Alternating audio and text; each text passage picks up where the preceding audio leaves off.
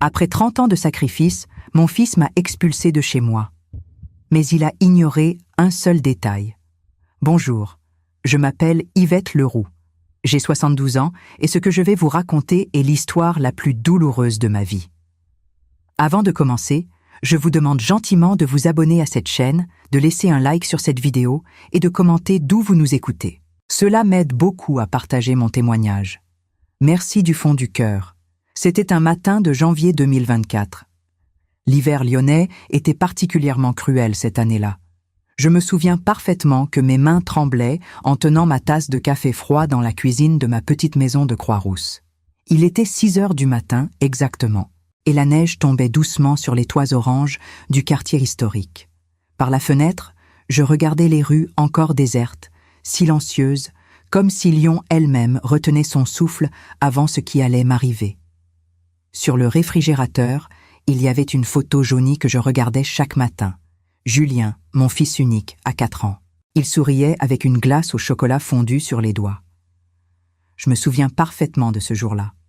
C'était l'été 1998, un dimanche après-midi. Je venais de finir un double shift épuisant à l'hôpital Édouard Herriot.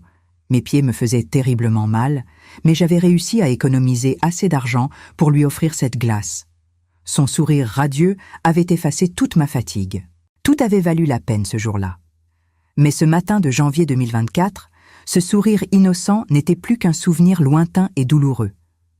La porte d'entrée s'est ouverte brusquement, sans avertissement. Le bruit violent m'a fait sursauter. Ma tasse a dangereusement tremblé dans mes mains. Julien est entré comme une tempête, accompagné de 2 hommes en costume sombre que je ne connaissais absolument pas. Ils portaient des mallettes professionnelles en cuir noir et avaient des expressions froides, impersonnelles. « Maman, nous devons parler. »« Maintenant ?» a dit Julien d'une voix sèche et autoritaire que je ne lui connaissais pas. Ses yeux évitaient soigneusement les miens. Il regardait le sol, le mur, n'importe où, sauf mon visage. Mon cœur s'est serré douloureusement. « Julien, mon fils, que se passe-t-il? Pourquoi ces hommes sont avec toi ?»« Voici Monsieur Arnaud et Monsieur Petit. Ils viennent de la résidence Les Tilleuls, » a-t-il annoncé mécaniquement. Il a marqué une pause, inspirant profondément. « Tu vas habiter là-bas à partir d'aujourd'hui. Tout est arrangé. Tes affaires seront transférées cet après-midi. » Les mots ont mis quelques secondes à pénétrer mon esprit. Quand j'ai enfin compris, la tasse est tombée de mes mains. Le bruit de la porcelaine se brisant sur le carrelage a résonné dans le silence terrible. Du café froid s'est répandu partout, formant une mare sombre. Je suis resté figé, incapable de comprendre. « Julien, qu'est-ce que tu es en train de dire? Je ne comprends pas. » Ma voix était à peine audible. Il a détourné le regard encore plus, fixant le mur. « Tu as besoin de soins professionnels. Je ne peux plus. » Il s'est interrompu, cherchant ses mots. Puis, comme s'il arrachait les mots de sa bouche, il a ajouté « Je ne veux plus m'occuper de toi. » Ces mots ont été comme des coups de poignard. Chacun d'eux m'a transpercé. Mon propre fils, l'enfant que j'avais porté, nourri, élevé seul. Mais Julien, je ne comprends pas. J'ai 72 ans, c'est vrai, mais je suis encore en bonne santé. Je peux m'occuper de moi-même. Je nettoie la maison, je fais mes courses, je cuisine. Madame Leroux, l'un des hommes en costume intervint professionnellement. La résidence Les Tilleuls est un excellent établissement. Vous y serez très bien prise en charge. Il y a des infirmières disponibles 24 heures, des activités, un jardin. Il énumérait comme un vendeur. Je ne veux pas aller dans une résidence. Ma voix tremblait, mais était ferme. C'est ma maison. J'ai vécu ici pendant 25 ans. J'ai tout payé avec mon travail. Chaque pièce contient mes souvenirs. Julien évitait mon regard. Tes affaires sont déjà préparées. Le déménagement se fera dans quelques heures. C'est mieux ainsi, plus rapide. Je me suis levé, mes jambes tremblaient, j'ai dû m'appuyer sur la table. Julien, regarde-moi. Regarde ta mère dans les yeux et dis-moi pourquoi tu fais vraiment ça. Dis-moi la vérité. Il a enfin levé les yeux vers moi. Ce que j'y ai vu m'a glacé le sang. Ce n'était pas de la tristesse, ce n'était pas du regret, c'était du calcul, de la froideur pure. Tu es vieille, maman, tu deviens un fardeau, un poids. Il est temps que tu acceptes la réalité. Un fardeau. Moi, Yvette Leroux, celle qui avait travaillé 18 heures par jour pour qu'il puisse manger à sa faim, celle qui avait nettoyé des milliers d'escaliers pour payer ses uniformes d'école, celle qui s'était privée de tout pour qu'il ait une vie meilleure. Julien, comment peux-tu dire ça? Ma voix n'était plus qu'un murmure brisé. Les papiers sont prêts, madame, dit l'homme en costume, sortant des documents. Si vous voulez bien signer ici, nous pourrons procéder rapidement. Je ne signerai rien, cette maison est à moi. Julien soupira, agacé. Maman, ne complique pas, c'est pour ton bien. Mon bien? Ou le tien, Julien? Cette maison, c'est telle que tu veux vraiment, n'est-ce pas? Pas mon bien-être. La maison? L'argent? Le silence qui suivit fut assourdissant. Julien ne nia rien. Son silence était un aveu. Ce n'est plus ta maison, dit-il froidement. En tant qu'héritier, j'ai des droits. J'ai décidé que c'était mieux pour toi. Je l'ai regardé et je n'ai pas reconnu l'enfant que j'avais élevé. Où était le petit garçon qui pleurait dans mes bras? Julien, s'il te plaît, ne fais pas ça. Je t'en supplie. Je suis ta mère. Mes mains tremblaient. Il détourna les yeux. C'est décidé. Les hommes viendront à 15 heures. Et il est parti, sans un regard en arrière, sans un au revoir, sans remords. Je suis resté là, debout dans ma cuisine, entouré de porcelaine brisée et de café renversé, et j'ai compris que ma vie venait de basculer. 30 ans de sacrifice, 30 ans d'amour inconditionnel, et voilà comment mon fils unique me remerciait, en m'expulsant de chez moi. Mais ce qu'il ignorait, ce que Julien ne savait pas encore, c'est que je n'étais pas aussi naïve qu'il le pensait. J'avais vu venir ce jour, et j'avais pris mes précautions. La résidence Les Tilleuls se trouvait dans la banlieue de Lyon, loin du centre-ville que j'aimais tant. C'était un bâtiment moderne avec des murs blancs qui sentaient l'antiseptique et la solitude. Ma chambre était le numéro 204, au 2e étage. Une petite pièce avec un lit simple, une armoire, une table de nuit et une fenêtre qui donnait sur le Rhône gris. Je me suis assise sur le lit étroit, mes mains tremblant sur mes genoux. Une infirmière nommée Sylvie m'a apporté ma valise. C'était une petite valise marron que Julien avait préparée. Quand je l'ai ouverte, j'ai découvert qu'il n'avait mis que quelques vêtements vieux et usés. Pas de photos, pas de souvenirs, rien de personnel, comme si ma vie entière pouvait tenir dans cette valise pathétique. « Madame Leroux, si vous avez besoin de quoi que ce soit, appuyez sur ce bouton, » dit Sylvie gentiment. J'ai hoché la tête sans parler. Quand elle est partie, j'ai regardé par la fenêtre. Le Rhône coulait lentement sous un ciel gris. Et moi, Yvette Leroux, 72 ans, je me suis sentie plus seule que jamais. Les souvenirs ont commencé à affluer. Je me suis souvenue de 1994. Julien avait 4 ans. Pierre, mon mari, était mort 2 ans plus tôt dans un accident de voiture sur l'autoroute A6. Un camion avait grillé un feu rouge. Pierre n'avait pas eu le temps de freiner. Il avait 48 ans. Moi, j'en avais 42. Je me suis retrouvée seule avec un petit garçon de 2 ans et aucune famille pour m'aider. Je travaillais déjà comme infirmière à l'hôpital Édouard Herriot, mais le salaire ne suffisait pas. Les factures s'accumulaient, le loyer, la nourriture, les vêtements pour Julien qui grandissait vite. Alors j'ai pris un 2e emploi.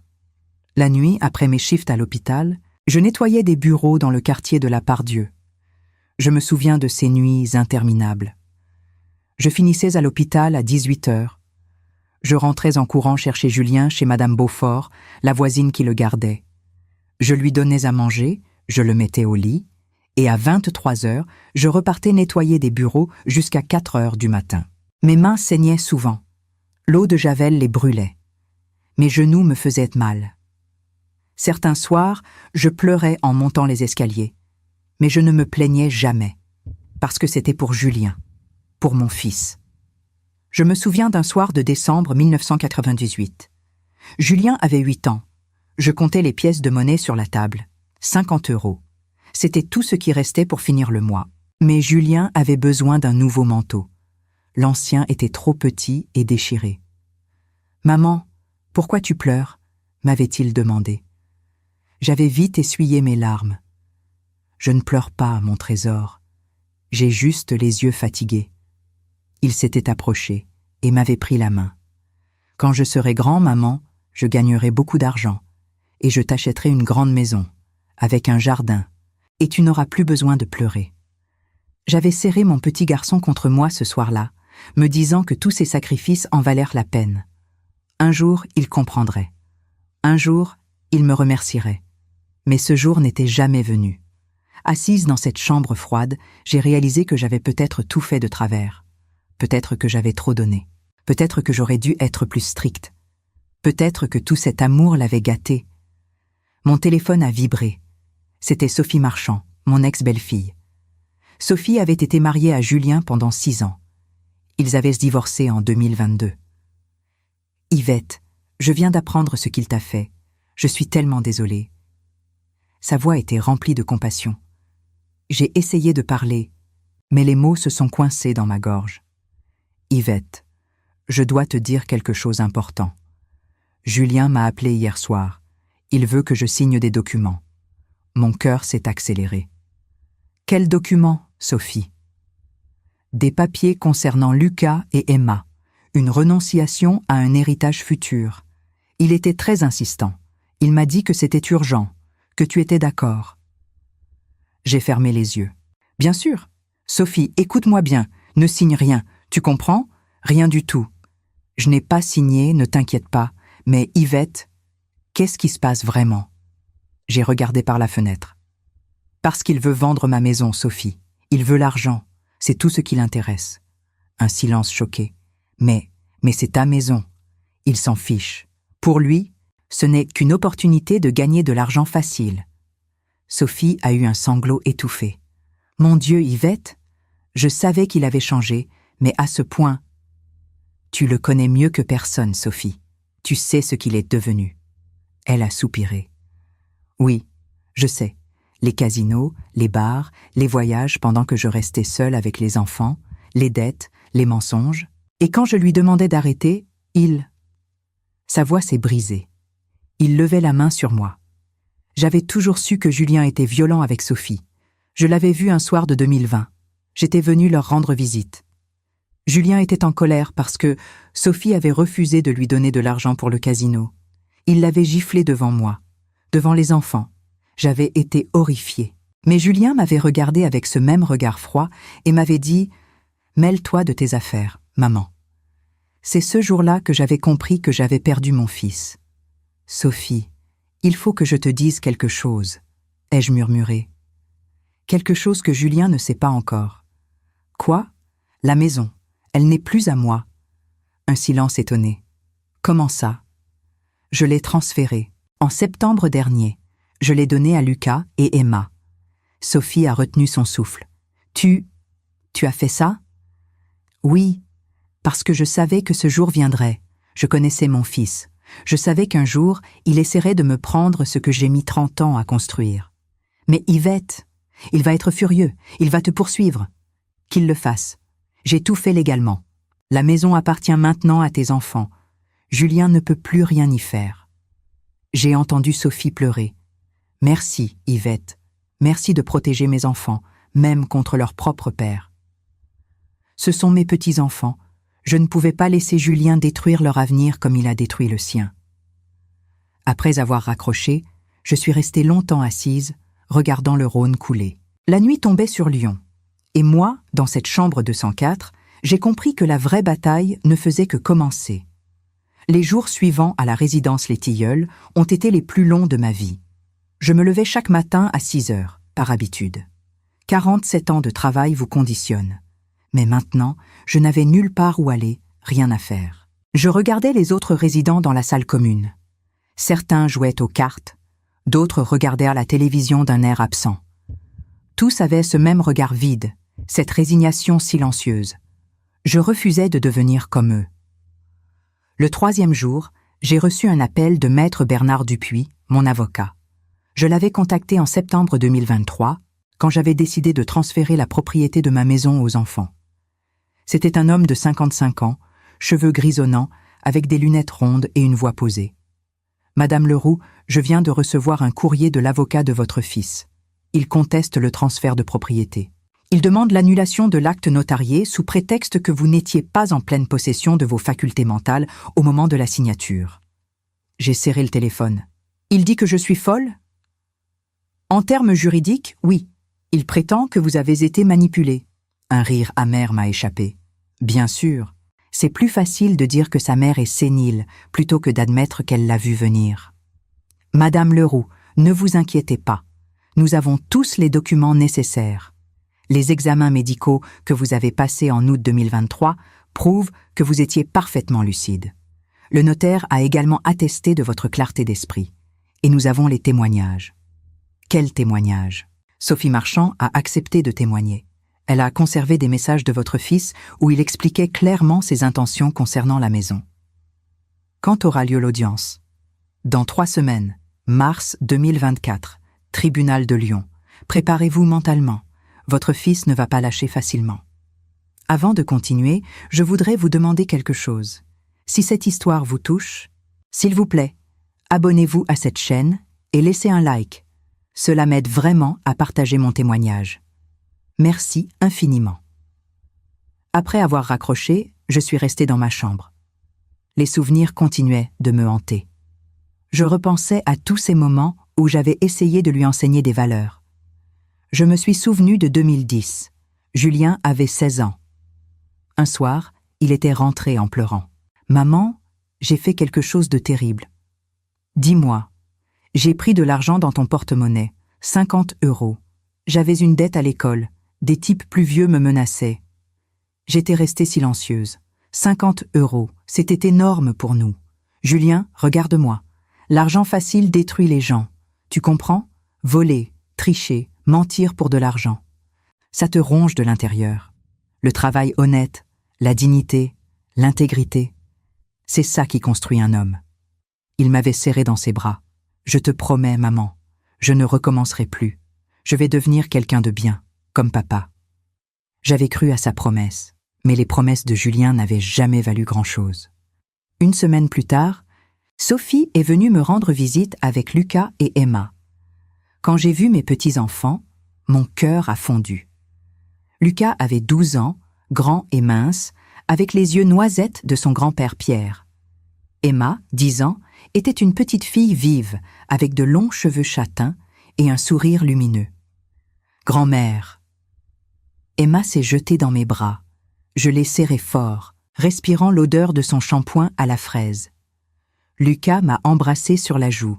« Pourquoi tu habites ici, mamie? Pourquoi tu n'es plus dans ta maison ?» Emma regardait autour d'elle avec curiosité.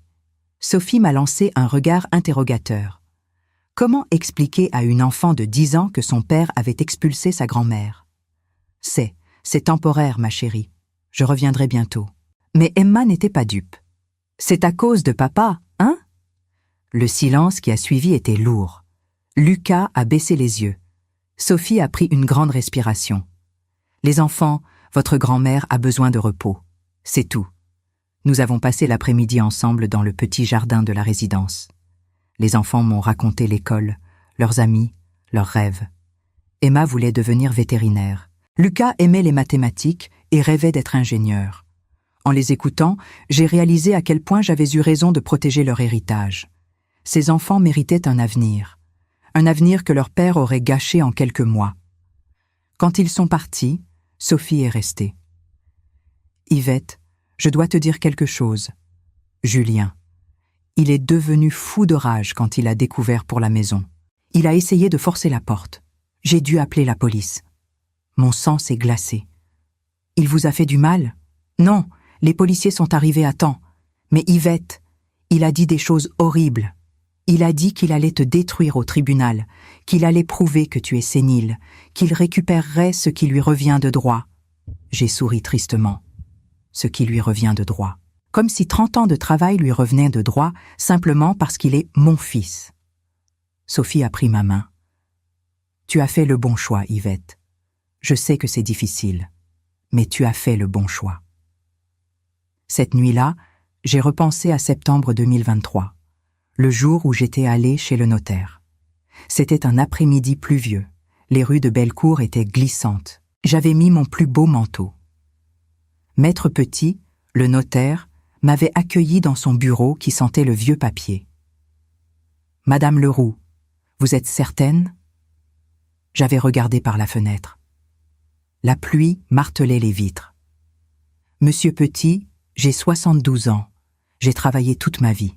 Cette maison, c'est le seul bien que je possède. Mais à votre fils est votre héritier légal.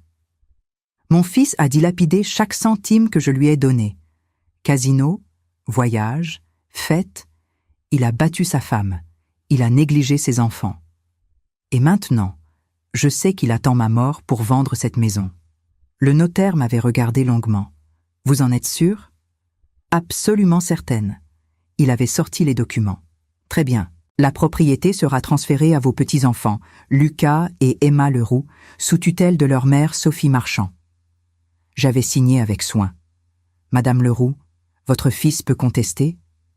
Je sais, mais j'ai raison, et la justice me donnera raison.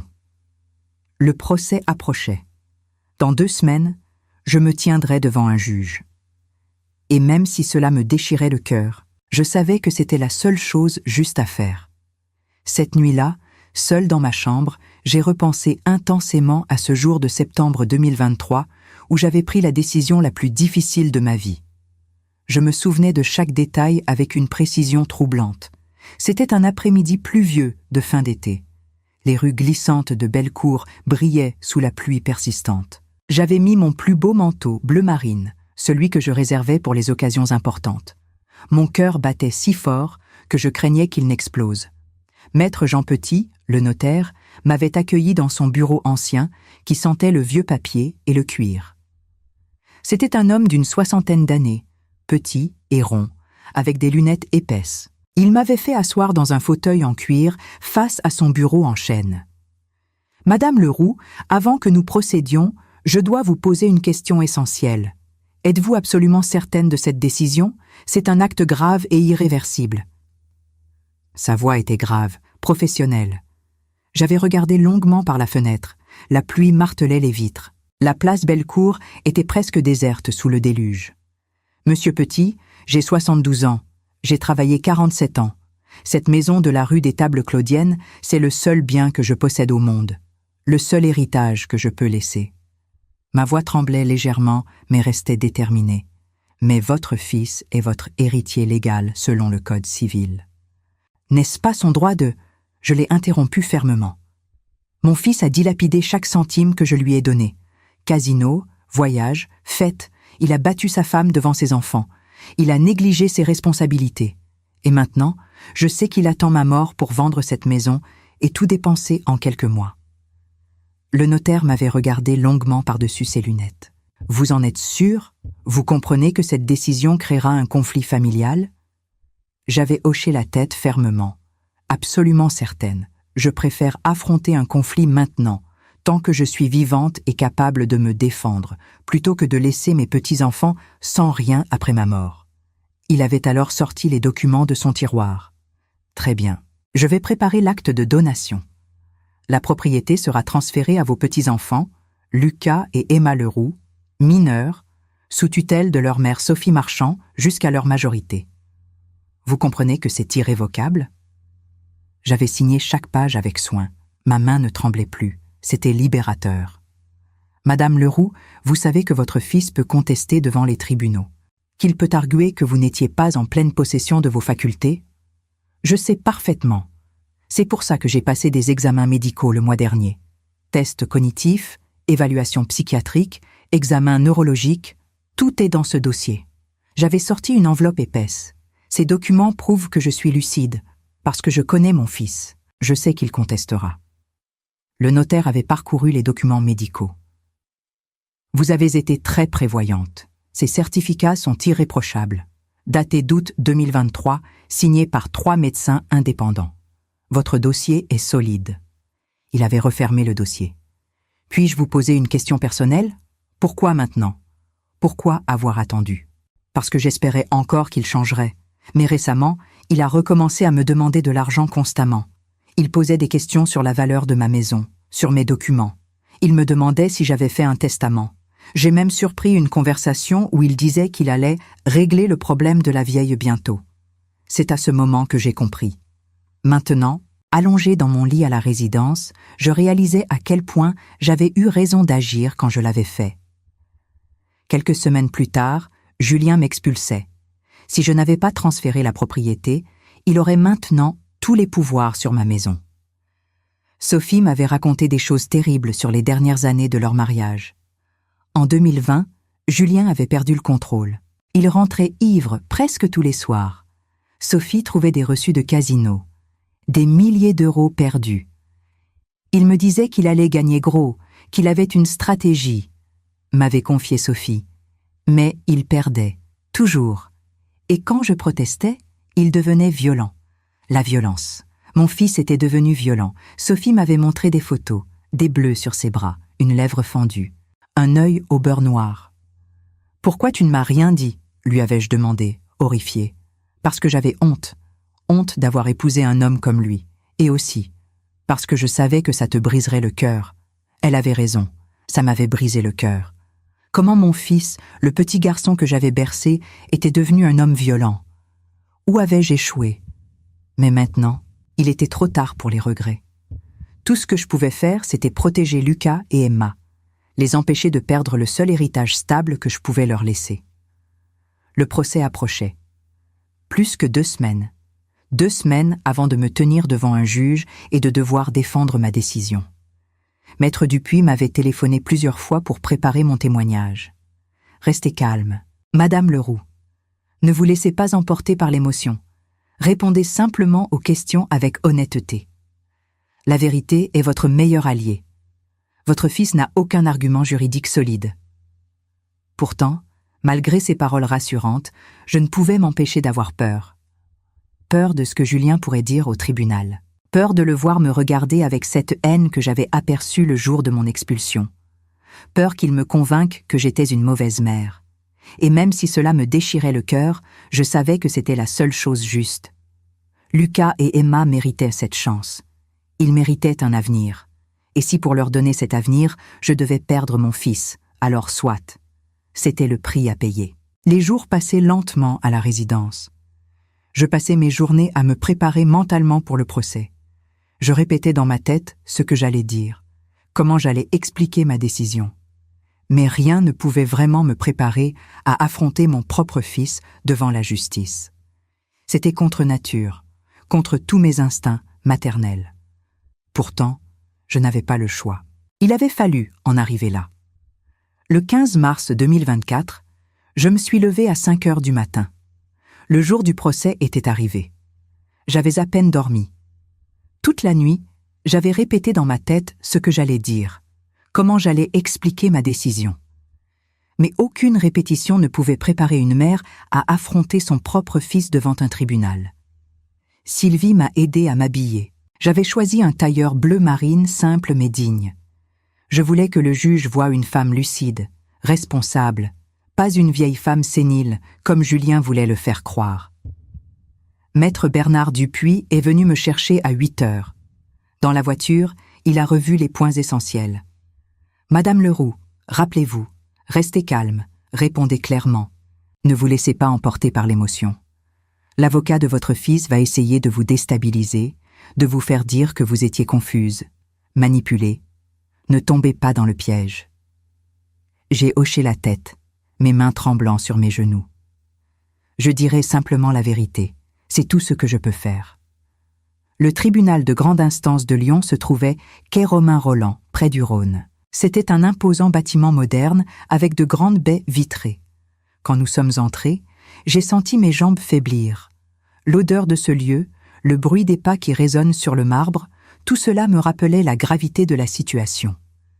Dans le couloir, j'ai vu Sophie qui attendait. Elle était accompagnée d'une femme que je ne connaissais pas. Sophie s'est approchée et m'a serrée dans ses bras. « Yvette, je te présente Maître Catherine Fontaine. C'est l'avocate qui me représente pour la tutelle des enfants. » Maître Fontaine était une femme d'une 40aine d'années, cheveux courts, regard déterminé. « Madame Leroux, soyez assurée que nous défendrons l'intérêt des enfants. C'est notre priorité. » Puis je l'ai vu. Julien. Il était au bout du couloir avec son avocat, Maître Roussel, un homme bedonnant en costume gris. Julien portait un costume sombre qui semblait neuf. Nos regards se sont croisés. Il y avait tant de haine dans ses yeux. Mon propre fils me regardait comme si j'étais son ennemi. J'ai détourné les yeux, le cœur serré. À 9 heures précises, nous sommes entrés dans la salle d'audience. C'était une grande salle sobre, avec des bancs en bois et une estrade où siégeait la juge. Madame Hélène Beaumont était une femme d'une 50aine d'années, cheveux gris tirés en chignon, lunettes fines. Son visage n'exprimait aucune émotion. « L'audience est ouverte », a-t-elle déclaré en frappant son marteau. Affaire numéro 2024-1547, Monsieur Julien Leroux contre Madame Yvette Leroux.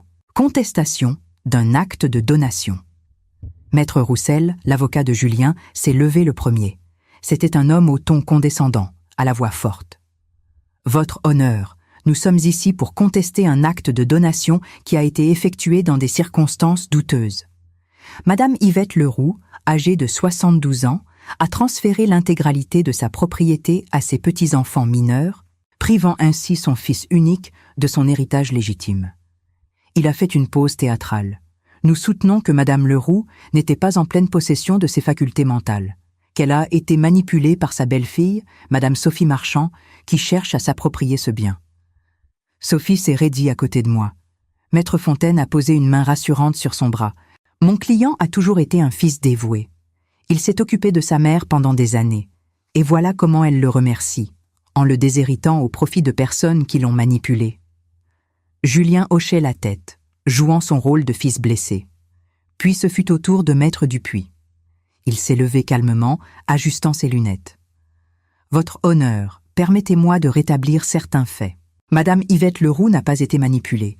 Elle a pris une décision mûrement réfléchie, en pleine connaissance de cause, après avoir constaté pendant des années le comportement irresponsable de son fils. Il a sorti un dossier épais. Nous allons démontrer que M. Julien Leroux n'a jamais été un fils dévoué. Bien au contraire. Nous allons prouver qu'il a systématiquement exploité sa mère financièrement, qu'il a dilapidé des sommes considérables et que la seule raison pour laquelle il conteste cette donation, c'est parce qu'il voulait vendre cette propriété pour alimenter son train de vie dépensier. » Julien s'est agité sur sa chaise. Son avocat lui a murmuré quelque chose à l'oreille. La juge Beaumont a levé les yeux. « Maître Dupuis, vous avez des preuves de ces allégations ? » ?»« Absolument, votre honneur. » Maître Dupuis a fait projeter sur l'écran les relevés bancaires. Mon cœur s'est serré en voyant tous ces chiffres. Votre honneur, sur une période de 5 ans, de 2019 à 2023, Madame Yvette Leroux a transféré à son fils la somme totale de 48 000 euros. 48 000 euros prélevés sur sa modeste retraite d'infirmière. Des murmures dans la salle. La juge a levé les yeux, intéressée. Et comment ces sommes ont-elles été utilisées ? Nous avons ici les relevés bancaires de M. Julien Leroux, obtenus légalement dans le cadre de son divorce. De nouveaux documents sont apparus. Casino, bar, agence de voyage. Voici un billet pour Ibiza, 2 000 euros, un autre pour Amsterdam, 1 800 euros, des transactions au casino d'Évian-les-Bains, 5 000 euros en une seule soirée. La voix de Maître Dupuis était calme mais implacable. Et pendant ce temps, votre honneur, ses propres enfants, Lucas et Emma, manquaient parfois du nécessaire. Madame Sophie Marchand peut témoigner qu'il y a eu des périodes où elle ne savait pas comment nourrir ses enfants parce que M. Leroux avait dépensé l'argent du ménage. Julien était devenu pâle. Son avocat a essayé d'intervenir. Votre honneur, ces dépenses personnelles n'ont rien à voir avec. Au contraire, a coupé Maître Dupuis. Elles ont tout à voir. Parce qu'elle démontre le caractère de M. Leroux, son incapacité à gérer l'argent, sa propension aux dépenses inconsidérées. Madame Yvette Leroux a travaillé 47 ans. Elle a commencé comme infirmière à 20 ans. Après la mort de son mari, elle a pris un deuxième emploi. Elle nettoyait des bureaux la nuit pour élever son fils seul. Il s'est tourné vers moi. « Madame Leroux, pouvez-vous nous dire combien d'heures par jour vous travaillez ?» Je me suis levée, les jambes tremblantes. 18 heures en moyenne, parfois plus. 18 heures par jour, a répété Maître Dupuis lentement. Pendant des années, pour élever cet homme qui aujourd'hui ose contester votre droit de protéger vos petits-enfants. Il a continué. Et il y a autre chose, quelque chose de grave. Il a fait un signe et Sophie s'est levée pour témoigner. Elle tremblait mais sa voix était claire. Madame Marchand, pouvez-vous nous parler de votre mariage avec Monsieur Leroux ? Sophie a pris une grande respiration avant de commencer son témoignage. Julien était violent avec moi, régulièrement. Il me frappait quand je refusais de lui donner de l'argent pour ses sorties ou ses jeux. Il m'a giflé plusieurs fois devant mes enfants, devant sa propre mère aussi. Des murmures choqués ont parcouru la salle. La juge s'est redressée. « Madame Marchand, y a-t-il eu des plaintes officielles déposées ?» Sophie a baissé les yeux. « Non, votre honneur. J'avais trop peur. Mais j'ai conservé des photos des blessures. Et j'ai des témoignages de voisins. » Maître Fontaine s'est levé et a présenté un dossier. « Votre honneur, voici le certificat médical de Madame Marchand, daté du 18 octobre 2020, établi par le docteur Laurent Mercier aux urgences de l'hôpital Édouard Herriot. Contusions multiples, hématomes, traumatisme facial. » La juge a pris le dossier et l'a parcouru attentivement. L'atmosphère était devenue extrêmement tendue. Julien était maintenant debout, rouge de colère. « Elle ment. Tout ça, c'est des mensonges. Elle veut me détruire. C'est elle qui a manipulé ma mère. Monsieur Leroux, asseyez-vous immédiatement et taisez-vous. » La juge a frappé violemment son marteau. « Si vous continuez à perturber cette audience, je vous fais expulser. » Son avocat l'a forcé à se rasseoir. Puis, ce fut mon tour de témoigner. Je me suis approché de la barre, mes jambes à peine capables de me porter. La juge m'a regardé avec attention. « Madame Leroux, le 15 septembre 2023, vous avez transféré la propriété de votre appartement à vos petits-enfants. Pouvez-vous nous expliquer pourquoi ?» J'ai regardé Julien. Il évitait mon regard.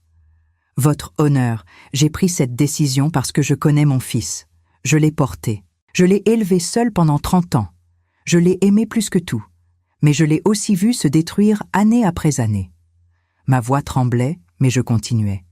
J'ai vu comment il gaspillait l'argent, comment il maltraitait sa femme, comment il négligeait ses enfants, et j'ai compris qu'un jour, il vendrait ma maison et dépenserait tout en quelques mois. Les larmes coulaient maintenant sur mes joues. Cette maison représente 30 ans de ma vie, 30 années de sacrifice. J'ai nettoyé des milliers d'escaliers pour l'acheter.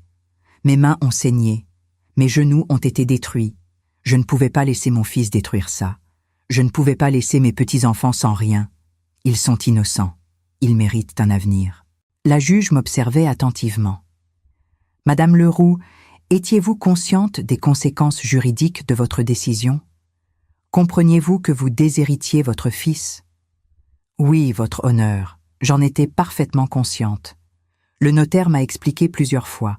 J'ai même passé des examens médicaux pour prouver que j'étais lucide, parce que je savais que Julien contesterait. Maître Dupuis a alors présenté les certificats médicaux. « Votre honneur, voici les tests cognitifs, les évaluations psychiatriques. Tout prouve que Madame Leroux était en parfaite santé mentale. Elle n'est pas sénile. Elle n'a pas été manipulée. Elle a simplement fait ce que tout grand-parent responsable ferait, protéger ses petits-enfants. » Puis il a sorti une dernière pièce. « Et maintenant, votre honneur, permettez-moi de vous montrer la vraie raison pour laquelle Monsieur Julien Leroux a placé sa mère en résidence. » Sur l'écran sont apparus des messages textes, des messages que Julien avait envoyés à ses amis. Maître Dupuis a commencé à les lire. Message du 10 janvier 2024, 3 jours après avoir placé sa mère en résidence. Je cite, « J'ai casé la vieille à la résidence. Dans 2 semaines, je vends la baraque et je me fais 350 000 balles. Direction les Caraïbes. » Un silence de mort dans la salle. Julien était livide. Message du 15 janvier. La vieille me fait chier avec ses questions. Je vais la faire déclarer sénile si elle résiste. J'ai besoin de ce fric. La voix de Maître Dupuis était maintenant chargée d'indignation. Et celui-ci, du 20 janvier. Putain, la vieille a fait un truc avec la maison. Si elle m'a baisé, je la fous dans un asile psychiatrique et je récupère mes droits. La juge a retiré lentement ses lunettes, les nettoyant avec un mouchoir. Son visage s'était complètement durci. Elle a remis ses lunettes. « Monsieur Julien Leroux, levez-vous. » Julien s'est levé, chancelant. « Avez-vous écrit ces messages ?» Julien a ouvert la bouche, cherchant ses mots. « C'était. Je ne pensais pas. » Répondez à la question. « Avez-vous écrit ces messages ?» Un long silence, puis « Oui. » Avez-vous placé votre mère en résidence dans le but de vendre sa propriété ? Julien a regardé son avocat. Je pensais que c'était mieux pour elle. Avant qu'il ne puisse finir, Sophie a explosé. « Menteur. Tu m'as dit toi-même que tu voulais l'argent. Tu as dit que ta mère était un obstacle. Tu as dit que dès qu'elle serait morte, tu vendrais tout. La juge a tenté de ramener le calme. Madame Marchand, s'il vous plaît. Mais le mal était fait. Toute la salle avait entendu. Maître Dupuis a saisi l'opportunité. Votre honneur, je pense que nous avons établi les véritables motivations de Monsieur Leroux. Il ne s'agit pas d'un fils dévoué inquiet pour sa mère. Il s'agit d'un homme cupide qui voulait mettre la main sur un bien qu'il considérait comme son dû. Il a fait une pause. En droit français, toute personne en pleine possession de ses facultés peut disposer de ses biens comme elle l'entend. Madame Leroux a effectué une donation légale à ses petits-enfants. Tous les documents sont en ordre. Le notaire a attesté de sa lucidité. Les examens médicaux le confirment. Cette donation est valide et inattaquable. Il s'est tourné vers la juge. Je demande au tribunal de rejeter la demande de Monsieur Leroux et de confirmer la validité de l'acte de donation. La juge a feuilleté méthodiquement les documents. Le silence était oppressant. J'entendais mon cœur battre. Sophie serrait ma main. Enfin, la juge a levé les yeux et a fixé Julien. Monsieur Julien Leroux, je vais être très clair. Ce que j'ai entendu aujourd'hui me dégoûte profondément. La juge a continué d'une voix glaciale. Votre comportement envers votre mère, envers votre ex-épouse, envers vos propres enfants est absolument indigne. Les preuves présentées par Maître Dupuis sont accablantes. Les messages textes démontrent sans équivoque que votre seule motivation était financière. Vous n'avez jamais eu l'intention de prendre soin de votre mère. Vous vouliez simplement vous emparer de son bien. Elle a mis ses lunettes. Concernant l'acte de donation. J'ai examiné tous les documents. Le certificat médical prouve que Madame Yvette Leroux était en pleine possession de ses facultés mentales. L'attestation du notaire confirme qu'elle a agi de son propre chef, sans pression ni manipulation. La donation a été effectuée dans le respect strict de la loi française. Mon cœur battait si fort que j'avais peur de m'évanouir. Sophie serrait ma main encore plus fort. Le moment de vérité était arrivé. La juge a pris son marteau. Par conséquent, après avoir examiné l'ensemble des éléments présentés, après avoir entendu tous les témoignages, après avoir analysé toutes les pièces du dossier, je rejette intégralement la demande de Monsieur Julien Leroux. L'acte de donation du 15 septembre 2023 est maintenu. La propriété située au 14 rue des Tables Claudiennes appartient légalement aux mineurs Lucas et Emma Leroux, sous tutelle de leur mère, Madame Sophie Marchand. Le marteau est tombé. Le bruit a résonné comme un coup de tonnerre. Affaire classée. Julien est resté figé un instant, puis il a explosé. « Non, c'est impossible! Cette maison est à moi! C'est mon héritage !» Il hurlait comme un fou, son visage déformé par la rage. Des agents de sécurité se sont approchés. « Vous ne comprenez pas! J'ai des dettes! Des gens me cherchent! J'ai besoin de cet argent! » « Monsieur Leroux, calmez-vous ou vous serez expulsé, » a averti la juge. Mais Julien était hors de contrôle. Il s'est tourné vers moi, pointant un doigt accusateur. « Toi? C'est de ta faute, tu m'as détruit, tu m'as volé mon héritage. Tu n'es plus ma mère, je te déteste. » Les agents l'ont saisi par les bras. Il se débattait violemment. « Lâchez-moi, je vais la tuer, vous entendez? Je vais la tuer !» Ces menaces ont glacé le sang de tous. Les agents l'ont traîné vers la sortie. Ses cris résonnaient encore dans le couloir après que la porte se soit refermée. Je suis restée assise, tremblante, incapable de bouger. Sophie m'a prise dans ses bras. « C'est fini, Yvette. Tu as gagné. » Mais je ne me sentais pas victorieuse. J'avais gagné le procès, mais j'avais perdu mon fils. Maître Dupuis s'est approché, souriant. « Madame Leroux, toutes mes félicitations. La justice a triomphé. » J'ai hoché la tête faiblement. « Merci, Maître Dupuis. » Quand nous sommes sortis du tribunal, le soleil brillait sur Lyon. C'était une belle journée de mars, l'air était doux. Mais moi, je me sentais vide, épuisée, brisée. Sophie m'a raccompagnée à la résidence. Dans la voiture, elle a pris ma main. « Yvette, tu as fait ce qu'il fallait. Lucas et Emma ont maintenant un avenir sécurisé. » « Mais à quel prix, Sophie? À quel prix ?» Elle n'a pas répondu, parce qu'elle connaissait la réponse. Le prix, c'était mon fils, Ce soir-là, seul dans ma chambre, j'ai regardé la photo de Julien à 5 ans. Ce petit garçon souriant qui tenait ma main. Où était-il passé? Comment était-il devenu cet homme rempli de haine? Et surtout, était-ce ma faute? Ces questions me hantaient, pour toujours. Les semaines ont suivi le procès ont été sombres. Je restais enfermée dans ma chambre, refusant de descendre, refusant de participer aux activités. La douleur était trop intense. Sophie venait régulièrement avec les enfants. Lucas et Emma m'apportèrent des dessins, des fleurs. « Grand-mère, on t'aime très fort. Ne sois pas triste », disait Emma. Mais même leur amour ne comblait pas le vide laissé par Julien. En juin 2024, 3 mois après le procès, j'ai reçu un appel du commissaire Dubois. « Madame Leroux, votre fils a été arrêté. Il a tenté un braquage dans une bijouterie place Bellecour. Le téléphone a failli me glisser des mains. »« Un braquage? Julien ? » ?»« Oui, madame. Une arme factice. Mais il ne le savait pas. Il est détenu au commissariat. Il a demandé à vous voir, mais ce n'est pas obligatoire. » J'ai fermé les yeux. « Je vais venir. Dites-lui que je vais venir. » Après avoir raccroché, je me suis effondrée, pleurant comme jamais. Mon fils, mon petit garçon, devenu un criminel. Le lendemain, Sophie m'a conduite au commissariat central rue de la République. C'était un bâtiment austère qui sentait le désinfectant. On m'a fait passer par plusieurs portes, plusieurs couloirs. Finalement, on m'a introduite dans une salle d'interrogatoire. Julien est entré, escorté par 2 policiers. Il avait terriblement maigri. Ses joues étaient creuses, ses yeux enfoncés. Il ressemblait à un fantôme. Nous nous sommes assis face à face. Un long silence. Maman? Sa voix était rauque, brisée. Il n'osait pas lever les yeux. Julien. Qu'est-ce que tu as fait, mon fils? Il a enfin levé ses yeux rougis. Je suis désolée, maman, tellement désolée. Pour le tribunal. Pour les choses que je t'ai dites, pour t'avoir mise à la résidence. J'étais aveuglée par l'argent, par mes dettes. J'avais emprunté à des usuriers. Ils me menaçaient. J'avais peur. Je ne savais plus quoi faire. Il sanglotait maintenant. Julien, pourquoi tu ne m'as pas parlé avant d'en arriver là? Parce que j'avais honte de ce que j'étais devenue. Et maintenant, je vais aller en prison.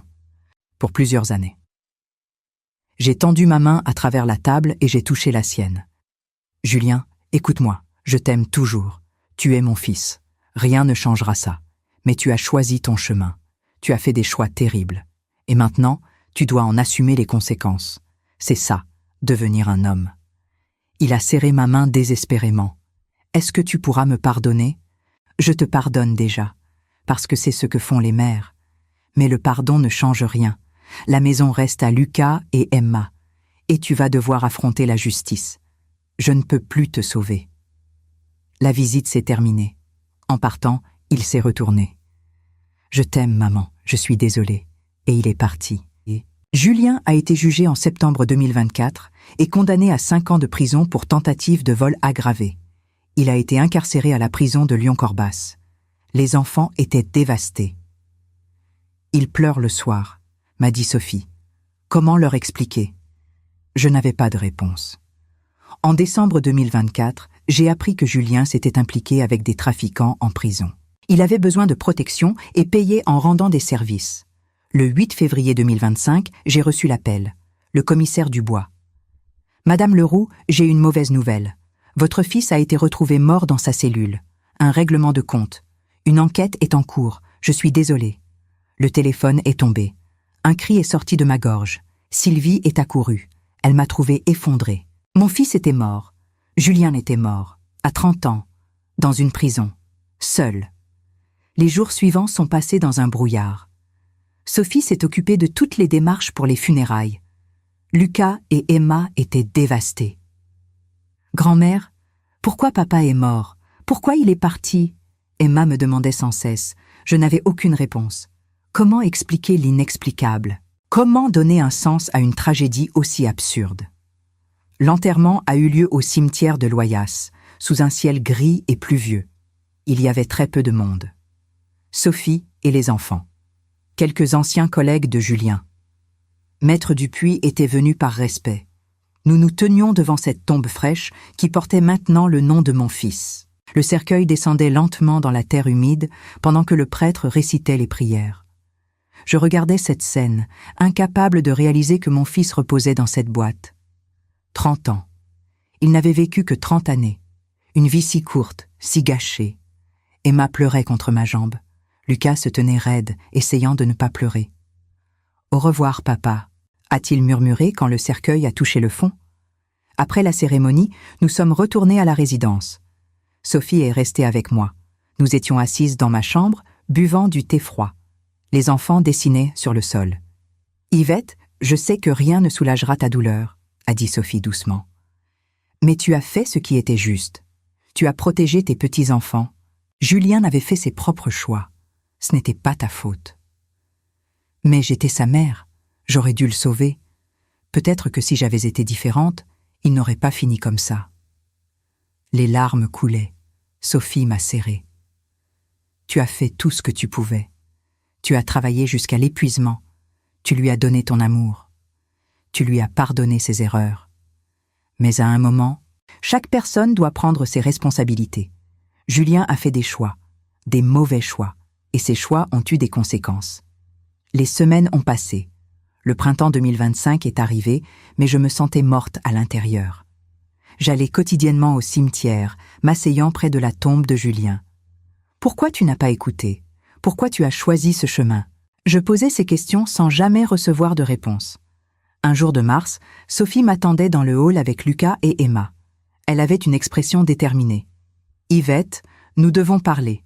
C'est important. » Nous nous sommes installés dans la salle de visite. « Yvette, cela fait plus d'1 an que tu vis ici. 1 an que Julien t'a arraché à ta maison. Mais maintenant, les choses ont changé. Julien n'est plus là. Et nous voulons que tu reviennes chez toi, dans ta vraie maison, avec nous. » Mon cœur s'est serré. « Mais Sophie, la maison appartient aux enfants, c'est leur héritage. » Emma s'est approchée. « Mais grand-mère, c'est ta maison, c'est toi qui l'as achetée. » Maman nous a tout expliqué. Lucas a hoché la tête. « On veut que tu vives avec nous, mamie. Tu nous manques. » Sophie a sorti des documents. « Yvette, nous avons décidé. Nous voulons que tu reviennes vivre dans l'appartement, avec nous, en famille. La maison est aux enfants, c'est vrai, mais c'est ta maison dans ton cœur. Tu ne devrais jamais avoir été forcée de la quitter. S'il te plaît, reviens. » Les larmes me sont montées aux yeux. Mais cette fois, c'étaient des larmes différentes. Pas de douleur, de soulagement, d'espoir. « Vous voulez vraiment que je revienne ? » ?»« Bien sûr, mamie. » Emma s'est jetée dans mes bras. « Tu nous as sauvés. Comment tu as été courageuse.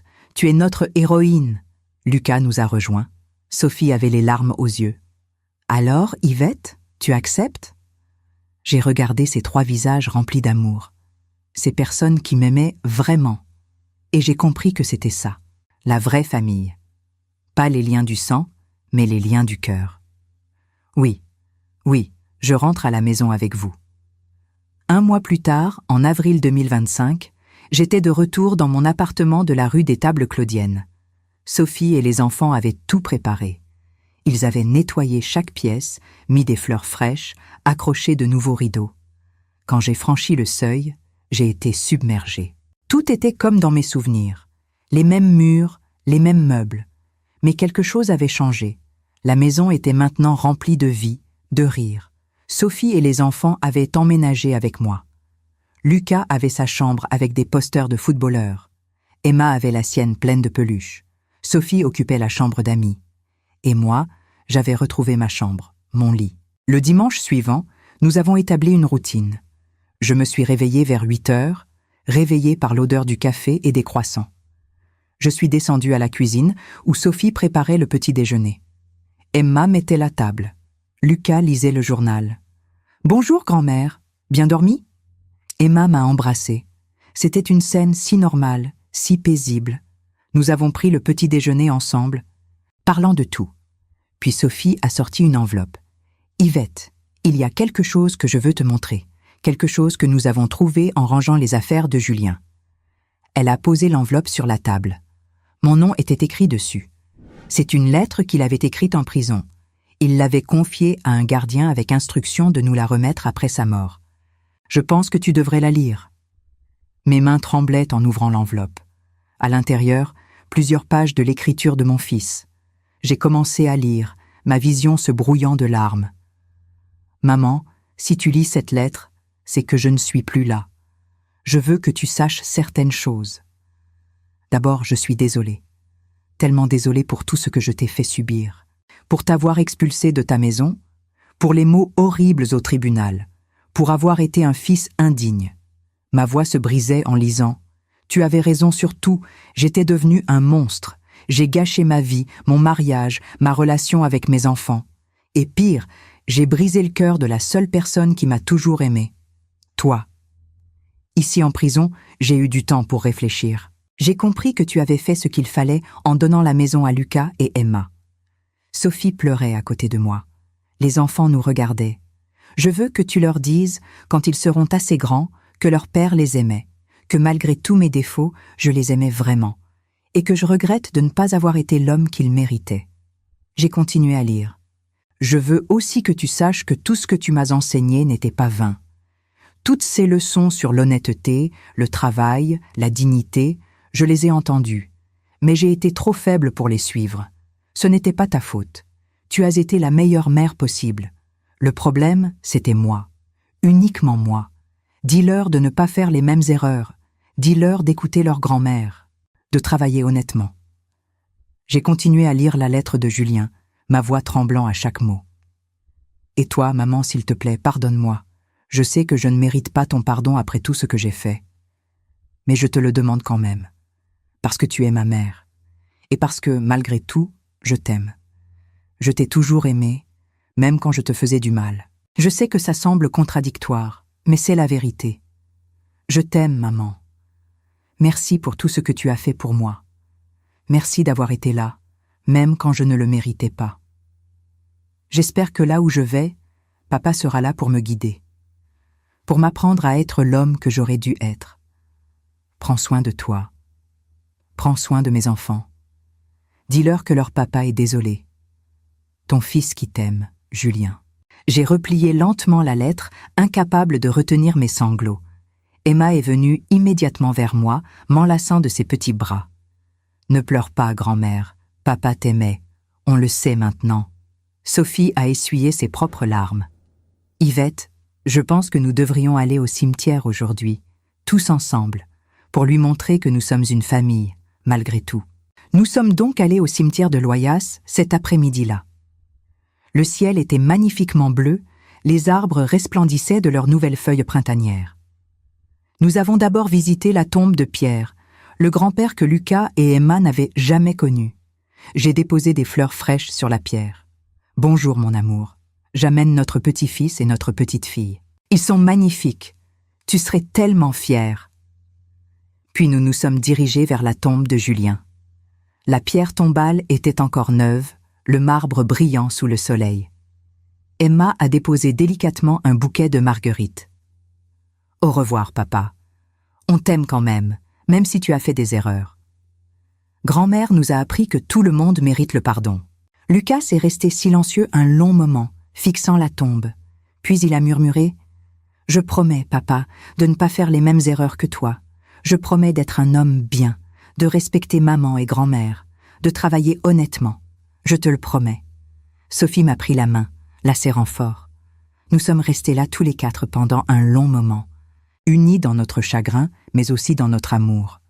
Puis nous sommes rentrés à la maison, ensemble. En marchant dans les rues de Lyon, Emma sautillait entre Sophie et moi, tenant nos mains.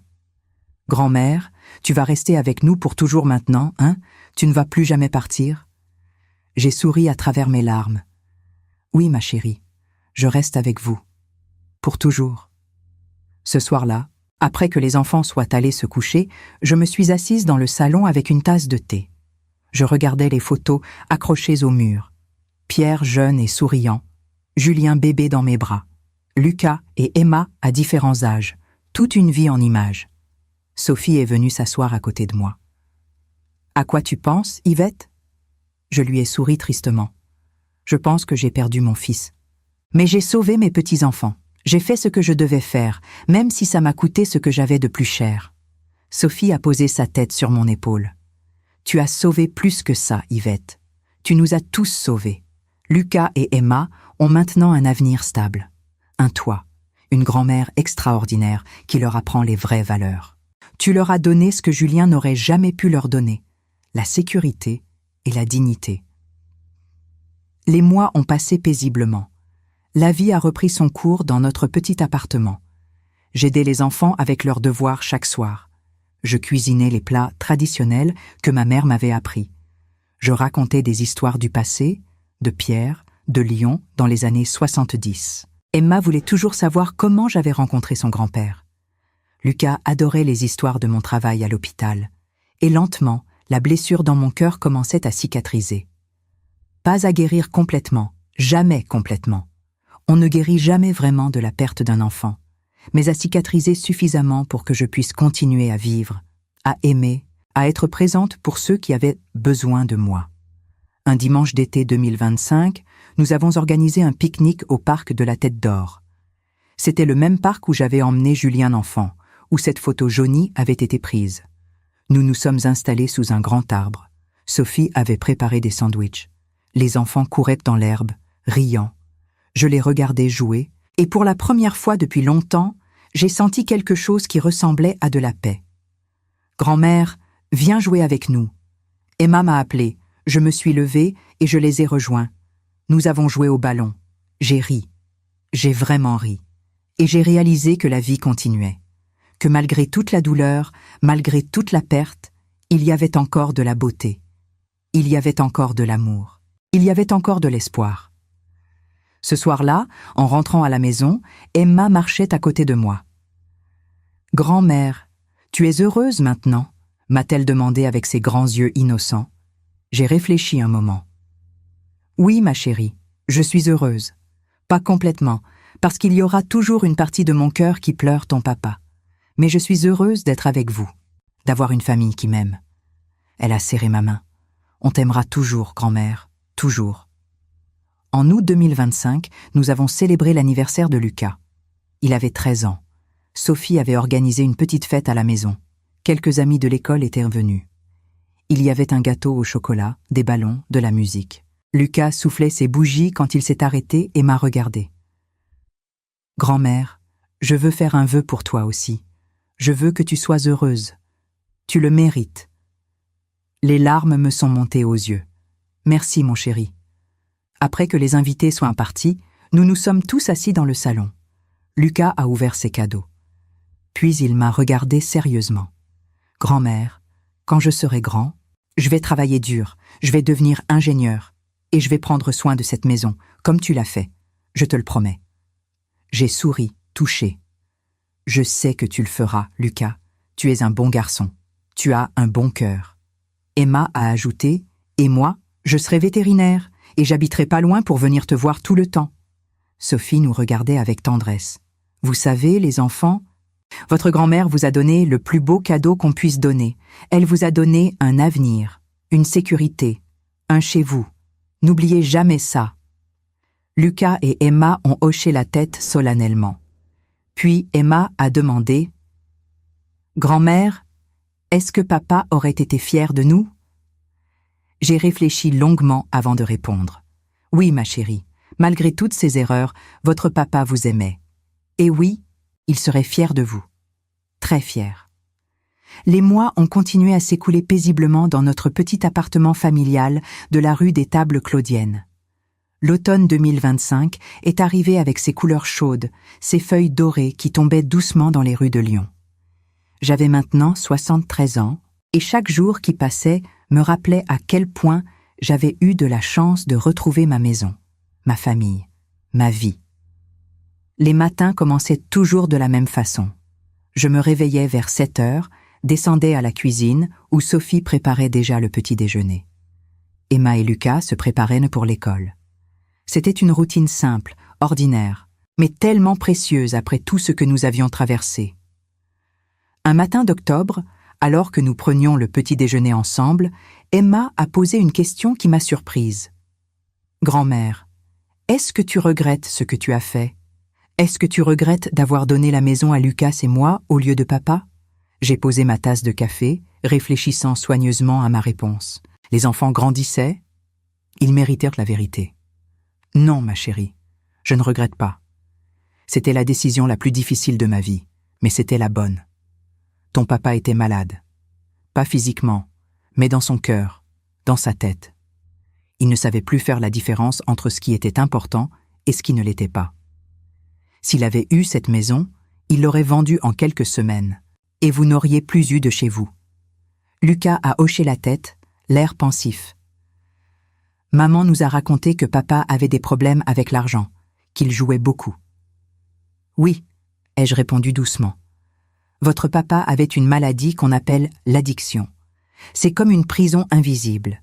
Il voulait arrêter, je pense, mais il ne pouvait pas, et cette maladie a détruit sa vie. Sophie est intervenue. Les enfants, ce que votre grand-mère a fait, c'est vous protéger. C'est ça, l'amour véritable. Parfois, aimer quelqu'un signifie prendre des décisions difficiles pour protéger les autres. Emma s'est levée et m'a serrée dans ses bras. Merci, grand-mère. Merci de nous avoir protégés. Ces simples mots ont réchauffé mon cœur brisé. En novembre 2025, nous avons reçu une visite inattendue. C'était maître Bernard Dupuis, mon avocat. Il venait nous informer que la succession de Julien était définitivement close. Il n'avait laissé aucun bien, seulement des dettes que personne n'était obligé de payer. « Madame Leroux, je voulais aussi vous dire quelque chose de personnel », a-t-il ajouté en prenant une tasse de thé que Sophie lui avait servie. « Dans ma carrière, j'ai vu beaucoup de familles se déchirer pour de l'argent, pour des héritages, mais rarement j'ai vu quelqu'un avoir le courage de faire ce que vous avez fait. Vous avez sauvé vos petits-enfants d'un avenir incertain. C'était courageux. » J'ai souri tristement. Je ne me sens pas courageuse, maître Dupuis. Je me sens juste comme une mère qui a échoué avec son fils. Non, a-t-il répondu fermement. Vous n'avez pas échoué.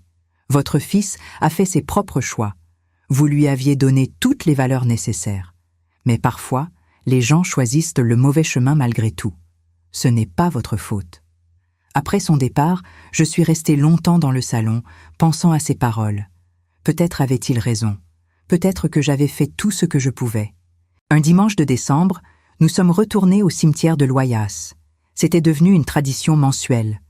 Nous visitions d'abord Pierre, puis Julien. Ce jour-là, il faisait froid, mais le ciel était d'un bleu éclatant. Devant la tombe de Julien, j'ai déposé des fleurs fraîches. « Bonjour, mon fils, nous sommes tous là. Sophie, Lucas et Emma. Nous allons bien. Les enfants grandissent. Ils sont beaux, intelligents, gentils. Tu aurais été fier d'eux. Je sais que tu as fait beaucoup d'erreurs, Julien. Mais je sais aussi que tu les aimais. J'espère que là où tu es, tu as trouvé la paix. J'espère que ton père t'a accueilli et qu'il t'aide à comprendre ce que la vie essayait de t'enseigner. » Lucas s'est approché.